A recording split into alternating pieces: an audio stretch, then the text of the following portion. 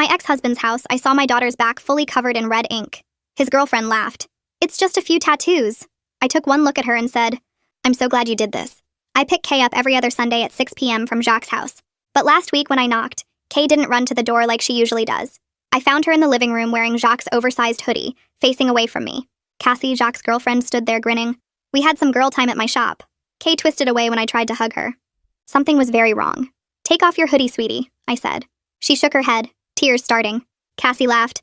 Show your mom your surprise. When Kay wouldn't move, Cassie herself yanked the hoodie up. There it was. 3 Yakuza symbol tattoos running down my 9-year-old daughter's back. Black, green, and red ink, still covered in plastic wrap. The skin was angry and red underneath. Cassie's always been trying to be the cool stepmom. She owns a tattoo parlor downtown, keeps buying Kay crop tops, bra padding, and low-cut jeans, teaching her to wear makeup. Jacques thinks it's harmless.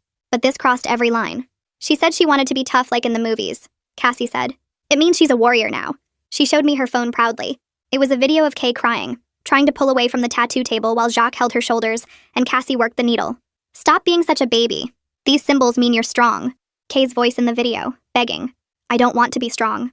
I want to go home. It hurts, please, Cassie. But Cassie was laughing. Pain only makes you stronger. She deliberately pressed her needle harder, drawer louder screams from Kay. I scooped Kay into my arms immediately. She sobbed into my shoulder. Jacques suddenly appeared from the kitchen, beer in hand. Why are you being dramatic again? You call your girlfriend tattooing Yakuza symbols on our 9-year-old daughter dramatic? I shot back. He just shrugged. They're just some Japanese symbols. She watches that anime stuff anyway. I couldn't believe what I was hearing. Do you know what these symbols mean? They're gang markings. You let her put gang markings on our child. Jacques rolled his eyes. You're being racist. It's just Asian art. It's body modification of a minor. It's assault. I headed for the door. Cassie blocked my path. You can't just take her. It's still Jacques' custody time for another 30 minutes. Watch me. Jacques grabbed my arm. You're overreacting, like always. This is why we divorced. I scoffed at him. No, we divorced because you're a worthless father who lets his girlfriend assault our child. I pushed past them to my car, Kay clinging to me. Cassie followed, shouting. She wanted it.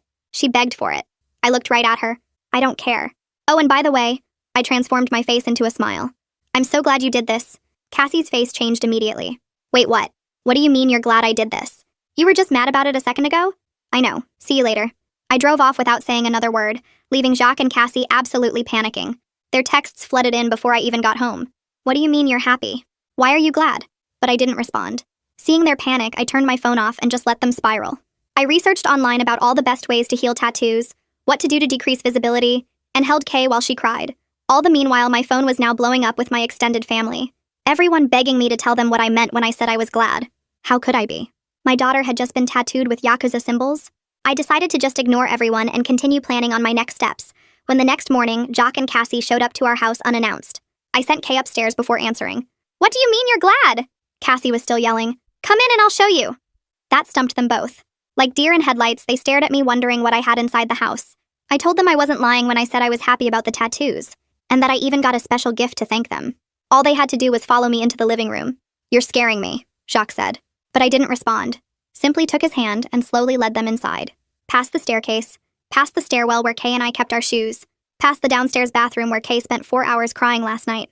The more we walked, the more nervous Jacques and Cassie got, especially when they heard a sound coming from the living room. Is Kay in there? I can apologize. Cassie's voice was low, a total shift from the snarky attitude she'd had when I first saw the tattoo. It's not Kay, I responded. It's someone who actually wants to talk to you. I stared at my Jacques. The implication that his daughter doesn't want to talk to him again hung heavy in the air. We continued walking through the kitchen, and it's only when we got to the living room double doors that they put the 2 and 2 together. Please, you don't have to do this, Cassie started pleading. I'll shut my shop down. I'll relinquish parental rights, Jacques added. They literally put their hands together. Cassie was crying. I'm sorry. But it was too late for apologies. I told them exactly that. I opened the doors to the living room and watched their faces. It was even worse than they had imagined. What they saw was Detective Brody Bradshaw and CPS worker Sophia Walker sitting on my couch with folders spread across the coffee table. Cassie's face went completely white and she actually gasped out loud, grabbing Jacques' arm so hard her knuckles turned pale. Jacques took a step backward like he wanted to run, but his legs wouldn't work right. I felt this cold wave of satisfaction watching them realize that apologies weren't going to fix this, that I'd actually called the authorities while they were panicking over my cryptic comment. Bradshaw stood up slowly, his badge clipped to his belt catching the light, and his presence filled the whole room with this heavy official weight. Sophia stayed seated, but her eyes were sharp, taking in every detail of Jacques and Cassie's reactions. Cassie started shaking her head back and forth, her mouth opening and closing without any sound coming out. Jacques finally found his voice and it came out all strangled and high. The detective introduced himself in this calm, professional tone that somehow made everything feel even more serious and real. Sophia explained in her kind but firm voice that they needed to interview Jacques and Cassie separately about what happened to Kay, and I watched Cassie's legs actually wobble like she might fall over. I told them Kay was upstairs and wouldn't be coming down for this, and Sophia nodded with this look of approval that made me feel like I was doing something right for once. She said they'd need to speak with Kay later using proper child interview protocols at the advocacy center. Jacques started to protest, his voice getting louder as he said something about his rights as a father. But Detective Bradshaw just looked at him with this expression that was completely blank, but somehow made Jacques' mouth snap shut mid-sentence. Sophia asked if she could briefly see Kay just to verify she was safe and not in immediate distress right now. I agreed, but told her firmly that I was staying with Kay the entire time, and Sophia said that was actually preferred and appropriate. We went upstairs together, Sophia's shoes making soft sounds on the carpet, and I opened Kay's bedroom door slowly. Kay was curled up on her bed with her stuffed rabbit clutched against her chest, and when she saw Sophia, she pressed herself further into the pillows.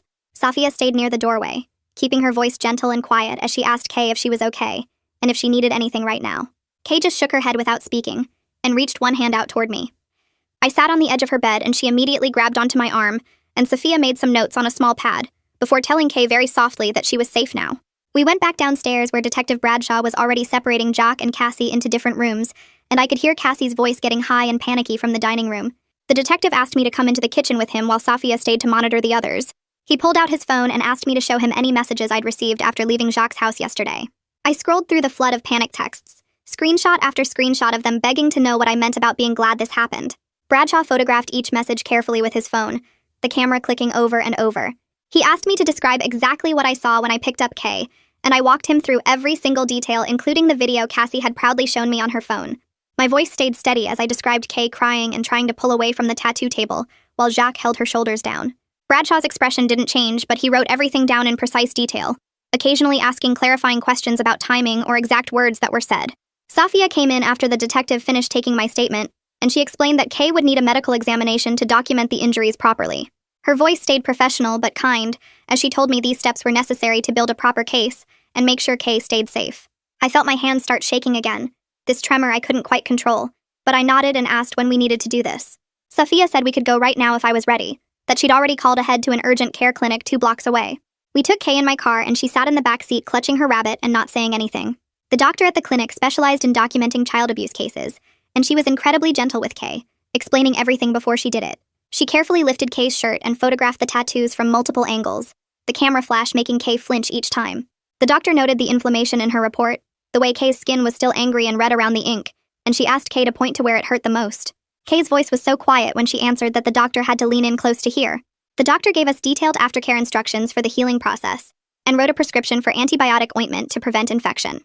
Back at home after the clinic visit, I sent Kay upstairs to rest, and then I carefully photographed her back myself with my phone. I made sure the images were clear and well lit, taking shots from different angles just like the doctor had done. My hands were steadier now that I had a concrete task to focus on. I immediately uploaded copies to 3 different cloud storage accounts, typing in passwords and waiting for the progress bars to complete. Then I emailed the photos to myself at 2 different email addresses, creating this digital paper trail that couldn't be erased or lost, no matter what happened. The methodical task of documentation helped me feel like I was doing something real to protect my daughter, instead of just being scared and angry. That evening, my phone rang with Sophia's number, and she explained they'd drafted a safety plan based on their initial assessment. Kay would stay with me full-time with absolutely no contact allowed between Cassie and Kay under any circumstances. Jacques could have limited supervised contact only, and even that was pending the investigation results and whatever court orders came down. I felt this wave of relief wash over me, even though I knew this was just the beginning of what would probably be a very long process. The next morning, I met with Amelia Dubois at her law office downtown, a family attorney who came highly recommended for custody cases involving child safety issues. She sat across from me at her big desk and listened to everything without interrupting once. And when I showed her the photos and texts on my phone, her expression got very serious and focused. She immediately started drafting paperwork for emergency custody modification and protective orders, her fingers flying across her keyboard. Her confidence and her clear action plan made me feel less helpless for the first time since I'd seen those tattoos on Kay's back. Amelia worked through the afternoon preparing detailed affidavits that included the medical photos, the CPS notes, and a complete timeline of events. She explained she was filing for ex parte emergency orders that would give me temporary full custody and prohibit Cassie from any contact with Kay whatsoever. I signed everything with shaking hands, my signature looking wobbly and strange on the official documents, hoping the judge would see how serious this was and how much danger Kay had been in. That same afternoon, my phone rang with Detective Bradshaw's number, and I answered on the second ring. He told me he was seeking a warrant to search Cassie's tattoo shop for records, equipment, and her phone to preserve the video evidence. His voice was steady and professional, but I could hear something underneath it, like he was personally invested in making sure this case got handled right. I thanked him for taking Kay's situation seriously and not treating it like some minor family dispute. He reminded me not to have any direct contact with Jacques or Cassie going forward and to document everything they sent me, screenshots of every text and voicemail. I promised I would and hung up feeling like the wheels were actually turning now instead of just spinning. Later that evening, Amelia sent me a text with strict instructions to avoid any direct confrontation with Jacques or Cassie and to stay completely off social media about this case. She explained that anything I said or posted could be used against me in court, and I needed to protect the integrity of our case by keeping my mouth shut. I wanted to scream at them both, to post everything online and let everyone see what they did to Kay, but I knew Amelia was right. I took a screenshot of her message and saved it in a folder on my phone labeled Reminders, so I could look at it whenever I felt the urge to lash out. My phone kept buzzing all evening with calls and texts from extended family members demanding to know what was happening and why I wouldn't explain my cryptic comment from yesterday. My aunt called 3 times, my cousin sent a string of question marks, my mom left a voicemail saying she was worried and confused. I finally sent one group text saying there was a legal matter involving Kay's safety and I couldn't discuss details right now. Then I muted the entire conversation. The boundary felt good even though I knew some relatives would be offended and probably talk about me being dramatic or secretive. Jacques' texts started shifting from panic to pure anger around midnight. He accused me of trying to alienate Kay from him and blowing everything out of proportion just to hurt him. He said I was being vindictive and using Kay as a weapon in our divorce all over again. I didn't respond to any of it, but I screenshot every single message and forwarded them to Amelia in one long thread. She replied within minutes saying his hostile tone would actually help our case and to keep documenting everything. His complete inability to take responsibility for what happened was exactly why we were divorced in the first place, why I couldn't trust him to keep Kay safe. 2 days later, I took Kay to the Child Advocacy Center for her forensic interview with a specially trained interviewer. The building looked normal from outside, just a regular office with a small playground visible through the fence, but my stomach felt tight walking through the doors. A woman with kind eyes and a soft voice led Kay into a room with toys and comfortable chairs while I waited in another room down the hall. I sat there for 40 minutes staring at magazines without reading them, my leg bouncing constantly. When Sophia came out, her expression was serious and she sat down next to me before speaking. She told me Kay had disclosed that Jacques physically held her shoulders down while Cassie tattooed her, pressing hard enough that Kay couldn't move even when she tried. The detail made me feel physically sick, but it also validated that I was doing the right thing by pursuing this case. That afternoon, Detective Bradshaw called again to tell me Cassie was claiming Jacques gave verbal consent for the tattoos as Kay's father, so technically she had parental permission. Jacques was now saying the whole thing was a misunderstanding, and he didn't realize Cassie would actually go through with tattooing Kay. Their stories didn't match up, and both of them were trying to minimize their roles, which the detective said was typical in these cases when people realized they might face real consequences. I asked if the conflicting stories helped our case, and he said absolutely, that juries and judges could see through people trying to shift blame. The health department opened an inspection of Cassie's tattoo shop the next day to check if she'd been following age verification and consent protocols. Amelia explained this was separate from the criminal case, but could result in license suspension or revocation if they found violations. I felt this grim satisfaction knowing Cassie's business was now under scrutiny from multiple angles, that her whole livelihood might crumble because she thought it was cool to tattoo a 9-year-old. I met with Kay's school counselor 2 days later to explain the situation in general terms without going into graphic details. We sat in her small office surrounded by motivational posters, and she listened carefully while taking notes. We agreed on a plan to let Kay wear comfortable loose clothing instead of the regular uniforms that might rub against her healing tattoos and cause irritation. The counselor promised to watch for any signs Kay was struggling emotionally and to contact me immediately if concerns came up. 3 days after our emergency filing, Jacques' lawyer filed a counter motion, claiming I was unstable and engaging in parental alienation by keeping Kay from him. Reading through his accusations made my blood boil, seeing him twist everything to make me look like the problem instead of taking responsibility. Amelia reminded me this was a predictable defensive tactic that desperate parents used when they knew they were in the wrong. She was already preparing our response with all the evidence we'd gathered, the medical photos and CPS reports and witness statements. That afternoon, Amelia spent 2 hours preparing me for court testimony at her office. She drilled me on how to stick to facts without letting emotion take over my answers. She made me practice responding to hostile questions calmly, made me repeat answers until they sounded steady instead of angry. She reminded me the judge would be watching my behavior as much as listening to my words, that I needed to come across as the stable, protective parent. I felt more ready after our session, even though my hands still shook thinking about facing Jacques in court. Wednesday afternoon arrived, and I sat at the long wooden table in the small courtroom next to Amelia, while Jacques sat across the aisle with his lawyer. The judge, a woman in her 50s with reading glasses, flipped through the thick file of evidence we'd submitted. She studied the medical photos for a long time, her expression getting more serious with each page. Amelia had organized everything perfectly with tabs marking each section. The judge asked Jacques' lawyer if his client disputed any of the documented facts, and the lawyer admitted they did not. She asked me directly if I believed Kay was in danger during Jacques' custody time, and I answered yes without hesitation. The judge reviewed Safia's initial assessment report and the detective's investigation summary. After maybe 20 minutes, she looked up and said she was granting temporary primary custody to me, with Jacques allowed only supervised visits at an approved facility. Cassie was completely barred from any contact with Kay, period. My hands gripped the edge of the table as she signed the order right there. Amelia squeezed my arm gently, and I had to blink hard to keep from crying in front of everyone. Walking out of the courthouse, I felt like I could finally breathe properly for the first time in weeks. That evening, I was making dinner when the doorbell rang, and then Jacques started pounding on the door.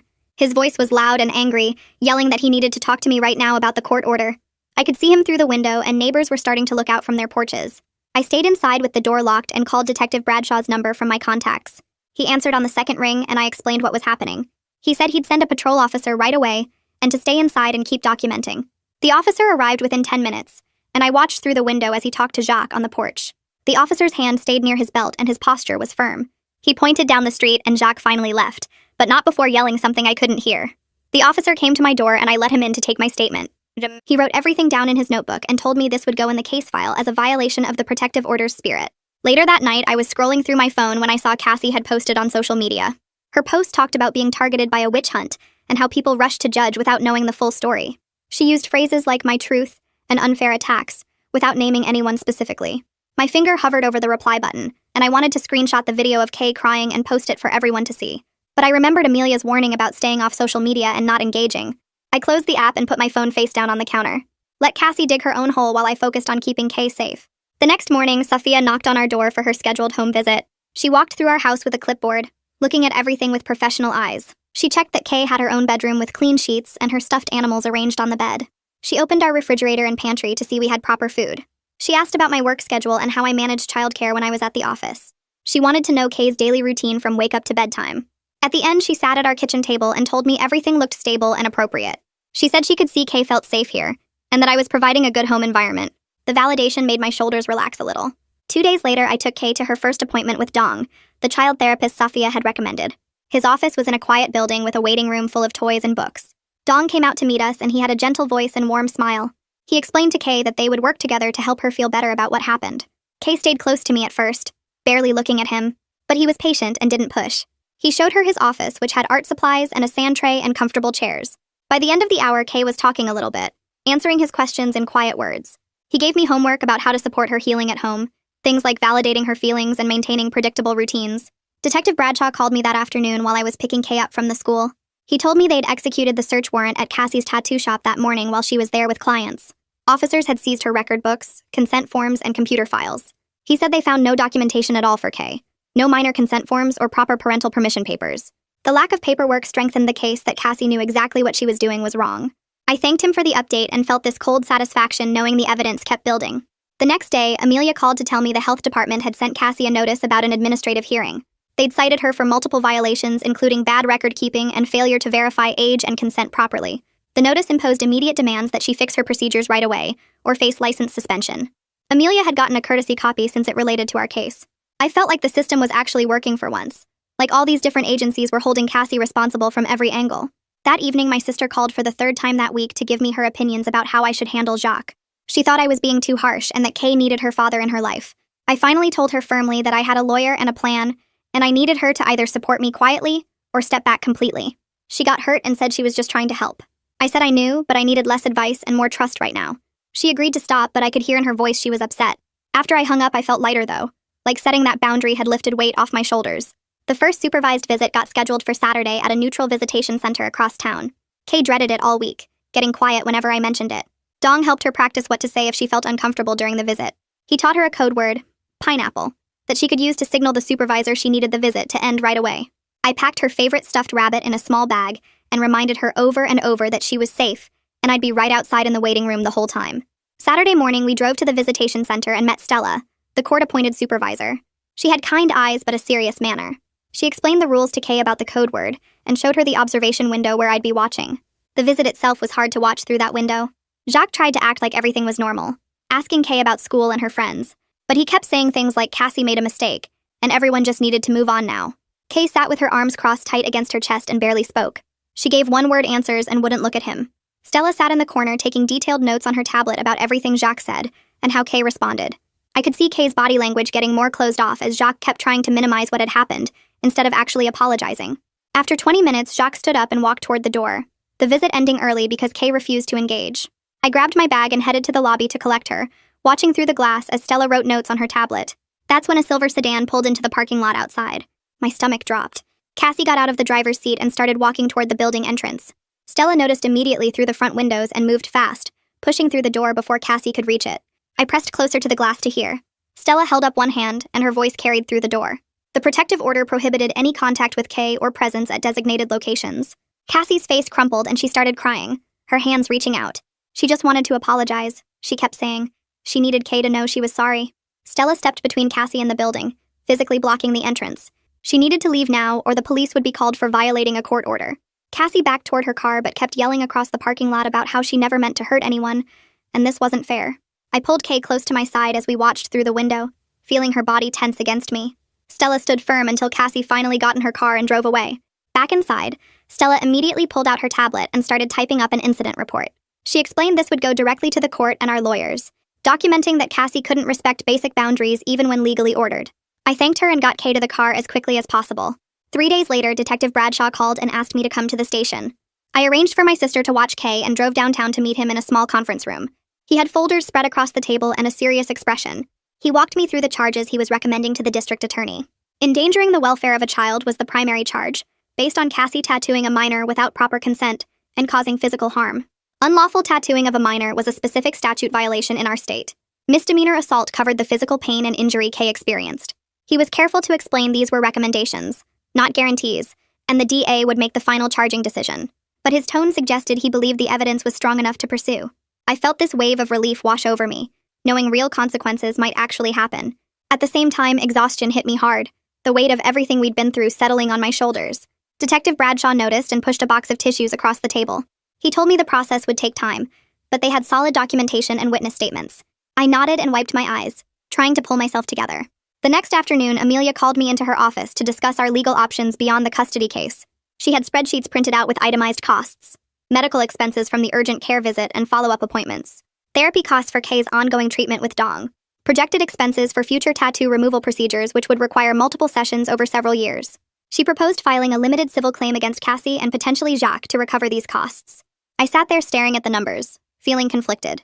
Part of me wanted to make them pay for every single thing, to hit them where it hurt financially the way they'd hurt Kay. But another part of me just wanted this whole nightmare to be over, so we could move forward with our lives. Amelia must have seen the struggle on my face because she leaned back in her chair and told me I didn't need to decide immediately. We could wait and see how the criminal case progressed first, then make decisions about civil action. That felt better, like I had time to think without pressure. I thanked her and gathered up the spreadsheets to review at home. That same week, Kay woke up screaming twice from nightmares. The first time was Tuesday night around 2 a.m. I heard her crying out and ran to her room, finding her sitting up in bed with tears streaming down her face. She'd been dreaming about the tattoo shop, about being held down and not being able to get away. I climbed into bed next to her and held her while she cried, my heart breaking. The second nightmare came Thursday night. Similar content, but she woke up shaking instead of crying. After that second night, I pulled out the notes Dong had given me about bedtime routines for trauma processing. I set up a small speaker in her room and found a playlist of calming instrumental music. I ordered a weighted blanket online with overnight shipping. When it arrived Friday, I helped Kay make her bed with the new blanket, and we tested out the music together. That night, I sat with her until she fell asleep, rubbing her back carefully around the tattoos while the soft music played. She eventually settled into steady breathing, her body relaxing under the weighted blanket. I stayed there another 20 minutes just to be sure before sneaking out. The exhaustion was catching up with me hard, dark circles under my eyes and constant tiredness, but seeing her finally sleep peacefully made it worthwhile. Monday afternoon, the school counselor called my cell phone while I was at work. A classmate had made a comment about Kay's tattoos during gym class after seeing them when Kay was changing. The other kid had said something about them being cool and asking where Kay got them. Kay had immediately burst into tears, and the gym teacher brought her to the counselor's office. The counselor told me she'd addressed it right away with both the other child and the teacher, explaining that comments about other students' bodies weren't appropriate. She'd kept everything low-key to avoid drawing more attention to the situation. Kay had calmed down after talking with the counselor for a while and went back to class. I thanked her for handling it so quickly and professionally. After I hung up, I sat in my car in the work parking lot feeling angry all over again. Kay shouldn't have to deal with questions and comments about something that was forced on her, She shouldn't have visible reminders of trauma on her body that other kids could see and ask about. I gripped the steering wheel hard and took deep breaths until the anger passed enough that I could go back inside.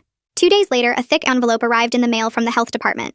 I opened it at the kitchen table and pulled out the official inspection report for Cassie's tattoo shop. They'd cited her for multiple violations. Sanitation issues including inadequate sterilization procedures for equipment, record-keeping problems with missing or incomplete client files, failure to maintain proper consent documentation, especially for verifying client ages and parental authorization. The violations weren't severe enough to shut her down immediately, but they imposed corrective action requirements. Cassie had 30 days to implement new procedures and documentation systems. Follow-up inspections would be scheduled to verify compliance. If she failed to correct the issues, her license could be suspended. I read through the whole report twice, feeling this growing confidence in the institutional process. Multiple agencies were holding Cassie accountable from different angles: the criminal investigation, the custody court, and now the professional licensing board. It felt like the system was actually working for once instead of failing us. That evening, a notification popped up on the co-parenting app. Jacques had sent a private message. I opened it carefully, knowing Amelia could see everything sent through the app. The message was long and rambling. He said he'd been thinking a lot about everything that happened. He was willing to leave Cassie if it meant getting more time with Kay. He understood now that Cassie had crossed serious lines and he should have protected Kay better. If I would agree to more flexible custody arrangements, he would end his relationship with Cassie immediately. I screenshot the message and forwarded it straight to Amelia before responding. She called me within 10 minutes. Her voice was firm as she explained this was classic manipulation. He was trying to negotiate custody based on his relationship choices, using Cassie as a bargaining chip. I should absolutely not engage with that kind of manipulation. Custody decisions would be made by the court based on Kay's best interests, not based on whether Jacques was dating someone. I took a breath and typed out a short response through the app. Custody arrangements would be determined by the court based on what's best for Kay. Nothing more, nothing less. I hit send and closed the app, feeling proud of myself for not taking his bait. The following week, Detective Bradshaw conducted a formal recorded interview with Jacques at the station. He called me afterward to give me an update. Jacques had finally admitted to holding Kay's shoulders during the tattooing process. He'd tried to frame it as helping Kay stay still for her safety, claiming he didn't realize how much it was actually hurting her. But the admission was recorded and would be used in the criminal case. The detective's tone suggested this was a significant development. I hung up feeling this strange mix of vindication and sadness. Vindication because now there was official recorded proof of what Jacques did. Sadness because Kay's own father had participated in hurting her, had physically held her down while she cried and begged for it to stop. I sat on the couch for a long time after that call, processing the reality of what kind of father would do that to his child. Amelia spent the next week buried in paperwork. She called me in for a meeting on Friday afternoon, and I walked into her office to find a thick file folder on her desk. She'd compiled all our discovery materials into one organized package: medical records from the urgent care visit with photos of Kay's injuries, CPS reports from Sophia's investigation and home visits, health inspection findings from the tattoo shop, supervised visit reports from Stella documenting Jacques' inappropriate behavior and Kay's discomfort, police documentation including Detective Bradshaw's investigation notes, and the incident report from Cassie's protective order violation. Amelia walked me through each section, explaining how each piece supported our case for modified custody. The medical records established physical harm. The CPS reports showed Kay's emotional state and our stable home environment. The health inspection proved Cassie's shop had ongoing compliance problems. The visit reports demonstrated Jacques couldn't provide appropriate support. The police documentation showed both Jacques and Cassie's poor judgment and boundary violations. I sat there looking at this thick file, impressed by how much evidence we'd gathered in just a few weeks. It felt solid and thorough, like we had a real case built on facts instead of just emotions. The next Tuesday, Sophia came to our house for another home visit. She had a formal service plan printed out for Jacques. She sat at our kitchen table and walked me through the requirements. Jacques would need to complete parenting classes focused on child development and appropriate boundaries. The classes ran 12 weeks and covered topics like age-appropriate expectations and recognizing manipulation. He'd also be required to participate in family counseling if he wanted to eventually progress to unsupervised visits. The plan included strict provisions that Cassie could have no contact with Kay whatsoever, not even indirect contact through Jacques. If Jacques violated that provision, his visits would be suspended immediately. Sophia explained that Jacques' lawyer had already reviewed the plan, and Jacques had agreed to all the terms. He was scheduled to start the parenting classes the following Monday. I felt this small sense of hope hearing that he'd agreed without fighting it. Maybe it was a tiny step toward actual accountability, toward him recognizing he'd failed Kay and needed to do better. Sophia gathered up her papers and told me she'd check back in a month to see how Jacques' compliance was going. I walked her to the door feeling like maybe, finally, we were building something that would actually protect Kay long-term. That night, I sat on my bed with my phone in my hands, staring at the social media apps on my screen. My fingers hovered over the icons. I wanted to post everything. The photos of Kay's back, screenshots of Cassie's panicked texts, the video evidence. I wanted everyone to see what they did, wanted their friends and family to know the truth. I opened the app and started typing a post, my thumbs moving fast across the keyboard. But before I hit share, I stopped. I called Dong instead. He answered on the second ring, and I told him what I was about to do. He listened quietly while I explained how badly I wanted to expose them, how much I wanted everyone to see their faces and know what kind of people they were. He asked me what I thought would happen after I posted it. I said everyone would know the truth. He asked if that would help Kay or hurt her. I stopped talking. He explained that posting everything might feel good for a few minutes, might satisfy my anger temporarily, but Kay would have to live with those images online forever. Her classmates might see them. Future employers might find them. The defense lawyers would use my post to paint me as unstable and vindictive. I would damage our legal case for temporary satisfaction. I sat there holding the phone, feeling my anger drain into something heavier. He was right. I closed the social media apps without posting anything. I deleted the draft I'd written, then I opened my calendar and looked at Kay's next therapy appointment, focusing on that instead of my need for public revenge. 2 days later, Amelia called with news about the administrative hearing for Cassie's tattoo license. The board had reviewed all the evidence from the health inspection and the criminal investigation. They voted to impose an interim suspension pending the outcome of the criminal case. Cassie couldn't operate her shop or perform any tattoo work until the board made a final decision. Amelia's voice carried satisfaction when she told me this was a big deal, that the board was taking the violation seriously. I asked what it meant for Cassie's business, and Amelia explained that without being able to work, Cassie would lose income and clients. The shop might not survive even if she eventually got her license back. I felt a small sense of justice hearing that, not because I wanted to destroy her business out of spite, but because there needed to be real consequences for what she did to Kay. That same afternoon, my phone buzzed with a long text message from Cassie. I looked at the screen and saw paragraph after paragraph of apologies and explanations. She was crying when she wrote it. I could tell from the typos and the rambling sentences. She begged for a chance to explain herself, said she never meant to hurt Kay, claimed she thought she was helping Kay feel strong and confident. She wrote about her own childhood trauma and how tattoos had helped her heal. She said she understood now that she was wrong and just wanted to make things right. I read the whole message without responding. Part of me was curious what excuses she would make, what justification she could possibly offer, but I didn't reply. Instead, I forwarded the entire text to Amelia with a note saying Cassie had contacted me directly. Within an hour, Amelia sent a formal cease and desist letter to Cassie's attorney demanding all contact go through legal channels. She told me the boundary was necessary to protect our case and my peace of mind. I agreed, even though some small part of me wondered what else Cassie might have said if I'd let her keep talking. The following Thursday was Kay's school talent show. Jacques was allowed to attend under the terms of the protective order, but had to stay at least 20 feet away from us at all times. I sat in the third row with Kay beside me, watching her fidget with her program. Across the room near the back wall, Jacques stood alone. Other parents chatted in small groups around the auditorium, laughing and taking photos of their kids on stage, but nobody stood near Jacques. He looked miserable standing there by himself, his shoulders hunched and his hands shoved in his pockets. I watched him for a few minutes between performances. He kept glancing over at us, then looking away when he saw me watching. I felt this complicated mix of feelings sitting there. Part of me felt empathy seeing him isolated and facing consequences. He looked genuinely unhappy, like he understood he'd messed up badly, but another part of me stayed angry, remembering how he held Kay's shoulders down while she screamed and begged. He enabled her trauma. He chose Cassie over protecting his own daughter. The empathy and anger existed together in my chest, neither one canceling out the other. 3 days after the talent show, Amelia called with bigger news. The district attorney had filed criminal charges against Cassie for endangering the welfare of a child and unlawful tattooing of a minor. They also filed a misdemeanor charge against Jacques for his role in restraining Kay during the tattooing. Amelia's voice was steady and professional as she walked me through what each charge meant. I felt relief wash over me hearing that the state was taking this seriously enough to press charges. But right behind the relief came anxiety. I asked Amelia if this meant Kay would have to testify at trial. The thought of putting her through that made my stomach hurt. Amelia said she'd already talked to the DA's office about minimizing Kay's direct involvement as much as possible. They had the video evidence and the medical records and the forensic interview. They would do everything they could to spare Kay from having to take the witness stand. I thanked her and hung up, feeling both lighter and heavier at the same time. A week later, Amelia called again. Cassie's lawyer had approached her about a possible plea deal. Cassie would accept probation, mandatory counseling, and a no-contact order with minors in exchange for avoiding jail time. The DA was considering the offer because it would spare Kay from having to testify at trial, but they wanted my input before making a decision. Amelia asked me what I thought. I sat there on my couch struggling with the question. Part of me wanted harsher punishment. I wanted Cassie to go to jail for what she did. I wanted her to face the full weight of the legal system. But another part of me just wanted this whole process to end for Kay's sake. Every court date and legal proceeding meant more stress and more reminders of what happened.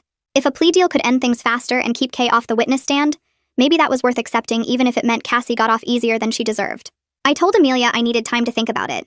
She said that was fine and we'd talk more after I'd had a chance to process. 2 weeks after that, we had a custody mediation session scheduled. I drove to the courthouse and met Amelia in the hallway outside the mediation room. Jacques arrived with his lawyer a few minutes later. We all sat around a conference table with a neutral mediator who explained the process. The mediator worked through a framework for Jacques' path back to more normal visitation. The plan included specific benchmarks he had to meet: complete his parenting classes, show consistent appropriate behavior during supervised visits, participate in family therapy. The mediator outlined a timeline where Jacques could gradually earn back more time with Kay if he met each requirement. I listened to the whole plan and agreed to the framework, but I insisted that Cassie's no-contact order with Kay had to be permanent. No exceptions, no gradual easing of restrictions. Cassie would never be allowed around Kay again. Jacques' lawyer tried to argue, but I wouldn't budge. The mediator noted my position and we moved on to other details. The following Monday, we went back to court for a hearing on extending the temporary custody orders. The judge reviewed all the progress reports and compliance documents. He extended our temporary orders for another 60 days. I kept primary custody. Cassie remained barred from any contact with Kay. The judge also set specific compliance benchmarks Jacques had to meet before visits could become unsupervised. He needed to finish his parenting classes. He needed positive reports from the supervised visit supervisor. He needed to participate in family therapy sessions. Walking out of the courthouse that afternoon, I felt like we were finally building stable ground under our feet. The legal framework was solid. The boundaries were clear. Kay had protection. That Wednesday, I sat in the waiting room at Dong's office during Kay's therapy session. There was an observation window where I could watch without being seen. Kay sat on the floor with Dong, playing with some toys while they talked. I watched as Dong explained body autonomy to her in words she could understand. He told her that her body belonged to her. Nobody else had the right to do things to her body without her permission. He taught her words to use when something didn't feel right. He had her practice saying no and stop in a firm voice. I watched Kay sit up straighter as she practiced. Her voice got louder each time she said the words. Dong praised her for being strong and clear. By the end of the session, Kay was smiling a little, looking proud of herself. I sat there in the waiting room feeling proud too. She was learning to protect herself. She was finding her voice again. The next week, Amelia called with final news about the plea deal. Cassie had accepted it. She pleaded guilty to all charges in exchange for 2 years probation, community service hours, mandatory counseling, and a formal no-contact order prohibiting her from being around any minor children. Her tattoo license suspension would be extended to match her probation period. Amelia walked me through all the terms and asked how I felt about it. I sat there trying to sort out my feelings. Part of me still wanted harsher consequences.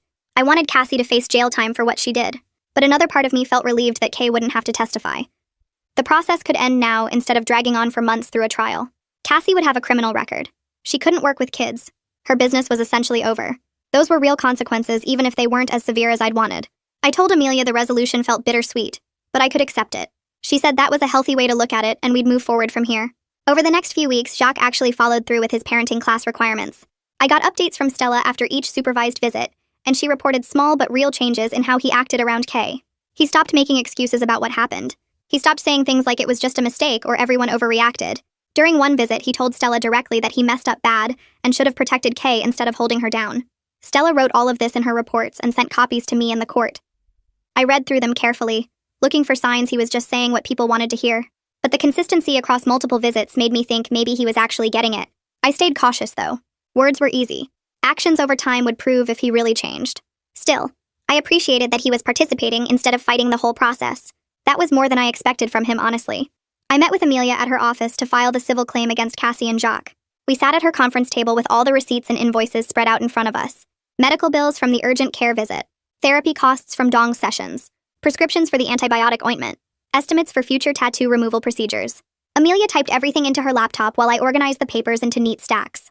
She explained we were keeping the claim focused on actual damages, real costs we could prove with documentation. No huge punitive amounts that might make a judge skeptical. Just the money we spent and would need to spend to help Kay heal. The total came to several $1,000s already, with tens of thousands projected for the removal procedures over the coming years. Amelia filed the paperwork electronically that afternoon. 2 days later, Jacques' lawyer sent a message through Amelia saying Jacques wouldn't fight reasonable medical costs. That surprised me. I expected him to argue about every dollar. Maybe the parenting classes were actually sinking in. The dermatologist appointment happened on a Thursday afternoon. I took Kay out of school early and we drove to the medical plaza across town. The waiting room had pictures of before and after tattoo removals on the walls. Kay sat close to me, her hand gripping mine tight. The doctor was a middle-aged woman with kind eyes who specialized in laser removal procedures. She examined Kay's back carefully, taking measurements and photos. Then she sat with us and explained the whole process. The tattoos could be removed, but it would take multiple sessions spread over several years. Each session would hurt. Kind of like getting the tattoo but backwards. The black ink would fade fastest. The green and red would take longer. Even after all the treatments, there might be some faint shadows left behind. The cost would be expensive, probably $15,000 to $20,000 total. Insurance wouldn't cover it since it was cosmetic. Kay listened to all of this with a serious expression. Afterward, she asked if waiting until she was older would make it easier. The doctor said yes. Her skin would handle it better as a teenager. I made notes on my phone about everything. Adding the projected costs to our civil claim spreadsheet, the long-term implications felt overwhelming. This wasn't something that would just go away. Kay would carry these marks in the process of removing them for years. Detective Bradshaw called me the following Monday. The criminal investigation was officially closed now that charges were filed and plea deals accepted.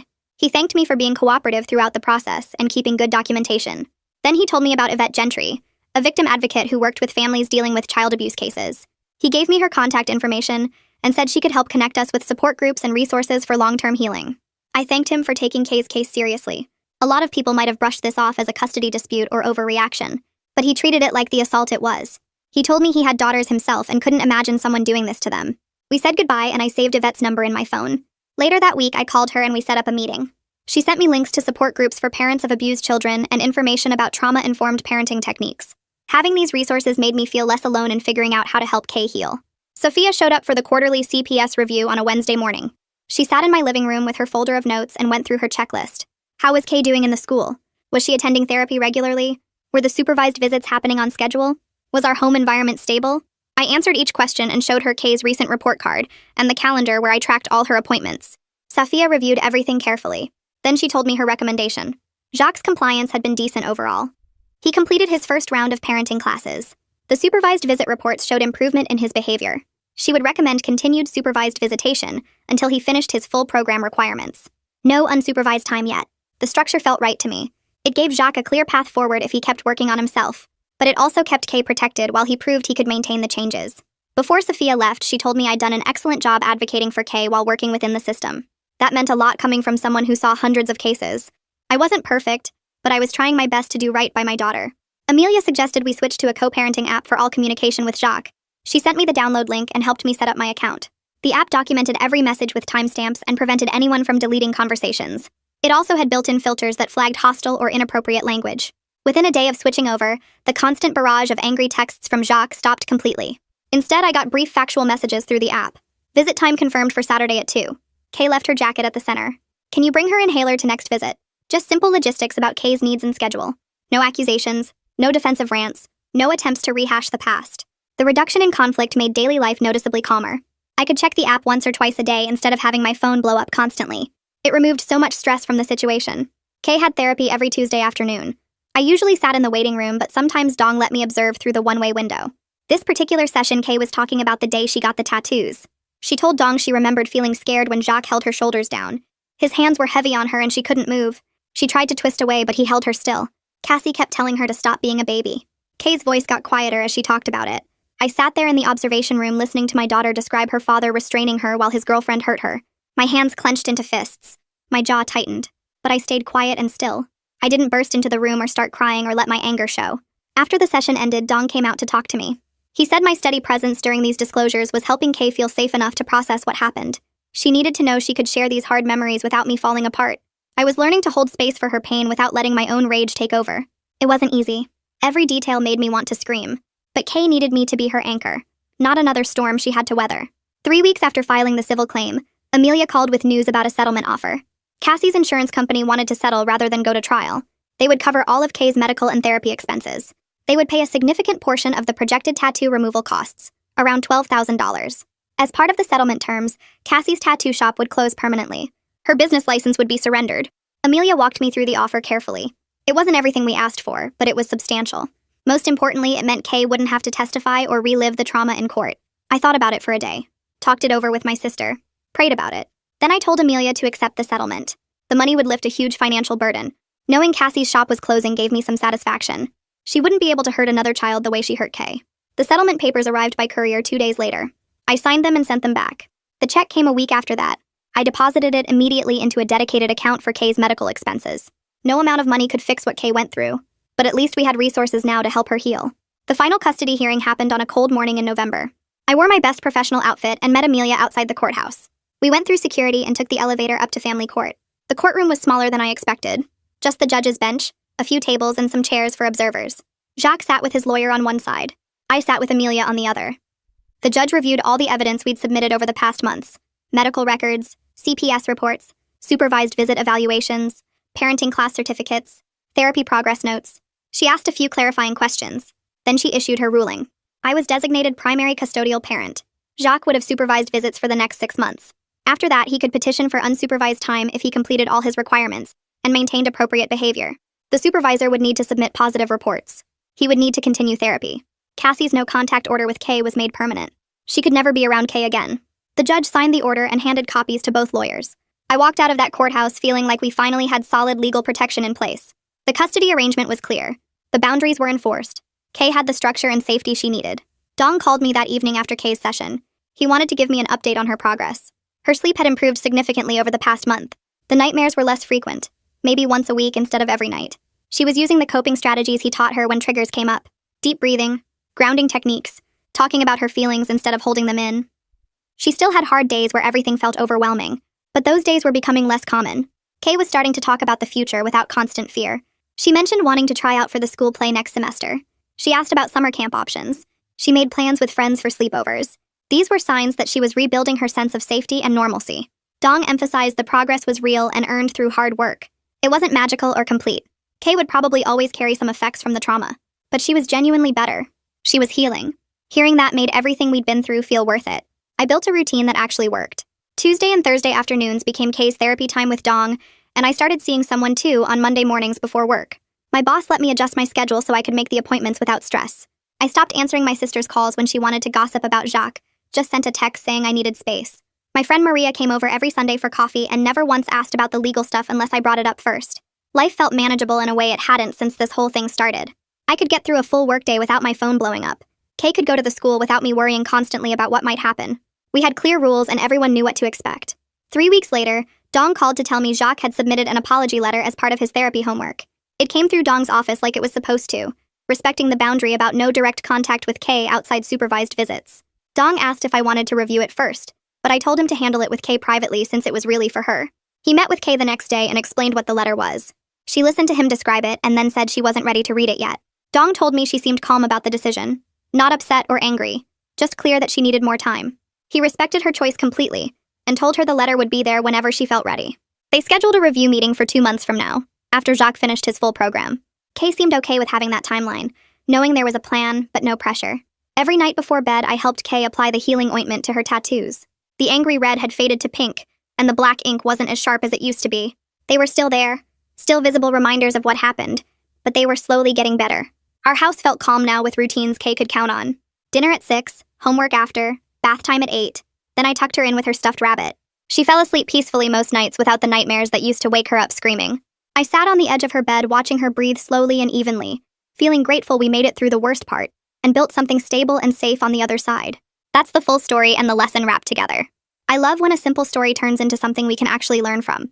If it gave you a new idea or a bit of motivation, that's all that matters. Subscribe so you never miss the next one.